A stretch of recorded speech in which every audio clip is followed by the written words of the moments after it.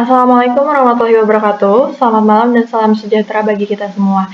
Yang terhormat Ibu dosen pengampu mata kuliah Analisis Media Sosial, Ibu Ais. Kami dari kelompok 12, perkenalkan nama saya Salma Fitrianti dengan NIM 666223189 dan teman saya. Saya Nela Skarkinasi dengan NIM 6622305151. Kebetulan teman kami yang bernama Putri tidak dapat dihubungi dan kami juga sudah menghubungi terus-terusan dari kemarin tapi tidak ada jawaban. Jadi kami presentasi di malam hari ini hanya kami 2 orang saja. Nah, pada kesempatan kali ini kami akan mempresentasikan penelitian yang berjudul Analisis Aktivisme Digital dan Framing pada kasus viral istri Gubernur Kalimantan Timur di TikTok. Sebelum masuk ke pembahasan, kita tahu kalau sekarang media sosial itu udah jadi bagian dari kehidupan sehari-hari. Bahkan orang-orang yang mendapatkan informasi, menyampaikan pendapat, sampai mengkritik suatu isu lewat media sosial. Salah satu platform yang paling berpengaruh saat ini adalah TikTok karena penyebaran informasinya sangat cepat melalui FYP. Nah, kasus yang kami teliti itu menarik karena perhatian netizen justru bukan tertuju pada kegiatan sosial yang dilakukan, tapi pada outfit yang digunakan oleh istri Gubernur Kalimantan Timur. Kasus ini bermula dari video yang diunggah akun TikTok @kaltimfit.id. Video tersebut sebenarnya menampilkan kegiatan sosial yang dihadiri oleh istri Gubernur Kalimantan Timur. Namun, yang menjadi perbincangan justru pakaian yang dikenakan. Dari situ muncul berbagai komentar netizen, ada yang mengkritik, ada yang membela, ada juga yang menjadikannya bahan candaan. Akhirnya muncul berbagai sudut pandang yang berbeda terhadap kasus tersebut.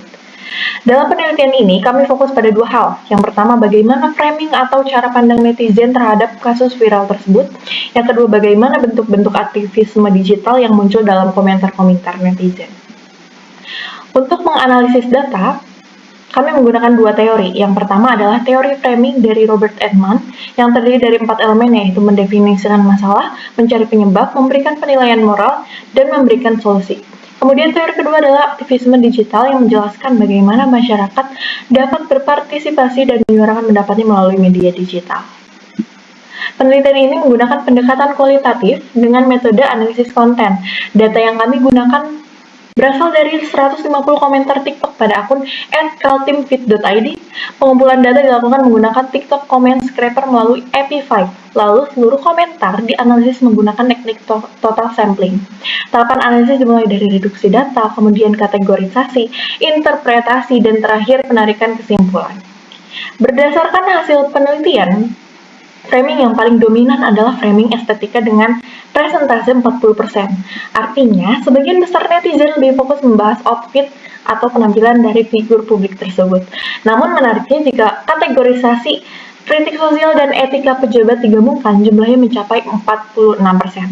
Hal ini menunjukkan bahwa banyak netizen yang tidak hanya melihat dari sisi penampilan, tetapi juga menghubungkan dengan isu yang lebih luas seperti kesenjangan sosial dan etika pejabat publik. Selanjutnya, berdasarkan teori Edman, netizen melihat outfit yang dikenakan sebagai masalah utama karena dianggap kurang sesuai dengan konteks kegiatan sosial. Penyebabnya dikaitkan dengan gaya hidup elit pejabat. Dari sisi moral, penampilan tersebut dinilai kurang mencerminkan kepantasan figur publik. Karena itu, banyak netizen yang berharap pejabat tampil lebih sederhana dan dekat dengan masyarakat. Penelitian ini menunjukkan 3 bentuk aktivisme digital. Yang paling dominan adalah peningkatan kesadaran sebesar 32,7%, yaitu upaya netizen mengangkat isu sosial dan perilaku pejabat. Selanjutnya adalah kontrol sosial sebesar 12% yang berisi tuntutan transparansi dan akuntabilitas.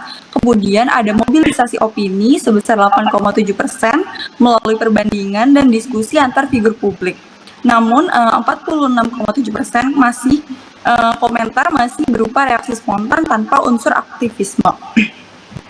Komentar netizen menunjukkan beragam respon mulai dari kritik, perbandingan, hingga pembelaan. Secara umum sentimen negatif mendominasi, yang menunjukkan bahwa mayoritas netizen memberikan respon kritis terhadap fenomena ini. Temuan ini memperlihatkan bahwa TikTok menjadi ruang ekspresi opini sekaligus pengawasan sosial terhadap figur publik. Hasil penelitian menunjukkan bahwa TikTok tidak hanya menjadi media hiburan, tapi juga menjadi ruang pembentukan opini publik.